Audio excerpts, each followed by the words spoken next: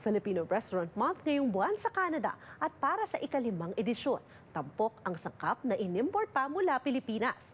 Philippine Mangoes, ang mga aasahan mula sa ilang kalahok na restaurants sa Toronto, sa report ni Paula Saraza. Apat na chefs mula sa 4 na restaurants sa Toronto ang nagpakitang gilas sa konsulado nitong Martes.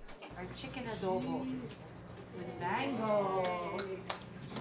Okay, representing our chickens from the Philippines. Iba't ibang klase ng mga putaheng Pilipino na may sariling twist ang hinain sa mga imbitadong miyembro ng komunidad.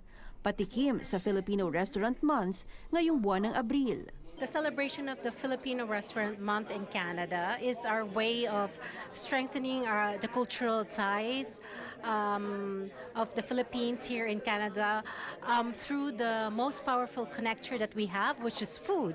Ang featured ingredient ngayong taon, ang paborito ng maraming Philippine mango. Napaka-special ng Filipino mango kasi kilala ito sa pagiging matamis. Para sa amin, very special nga na napadala namin dito directly, na-import namin directly from the Philippines yung mango. Kasi through the mango, it's also yung identity kasi ng Philippines ang pinapalabas namin dito. Hinamo ng mga chef na gamitin ang sangkap o featured ingredient sa kanilang pinaghandaang mga putahe. Chicken adobo, which is our unofficial national dish, and if you can get 7,100 islands of people agreeing, it must be the national dish. And we have accented it with mango. And we also make our own pickled papaya slaw, which I think is a great accompaniment for adobo. We incorporated into our escabeche sauce, so it's just regular tiger shrimp that we season with the sinigang mix, and then we garnish with our escabeche sauce with a bit of diced mangoes in it. We have with the kinilaw, where you have as an appetizer, and also we cook some the special dishes that incorporate with the mango as well. That one called bagaong fried rice.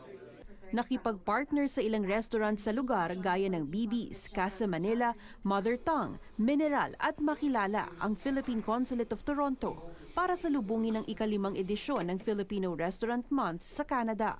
Pagkakataon nito para sa mga kalahok na restaurant na ibida ang kanilang espesyal na mga putahe, bahagi ng kanilang prefix menu. Aside from it being a cultural initiative, it's also an economic initiative because we are supporting Filipino businesses. Bukod sa Filipino Restaurant Month sa Canada, ipinagdiriwang din tuwing Abril ang Filipino Food Month. Paula Saraza, Omni News, Toronto.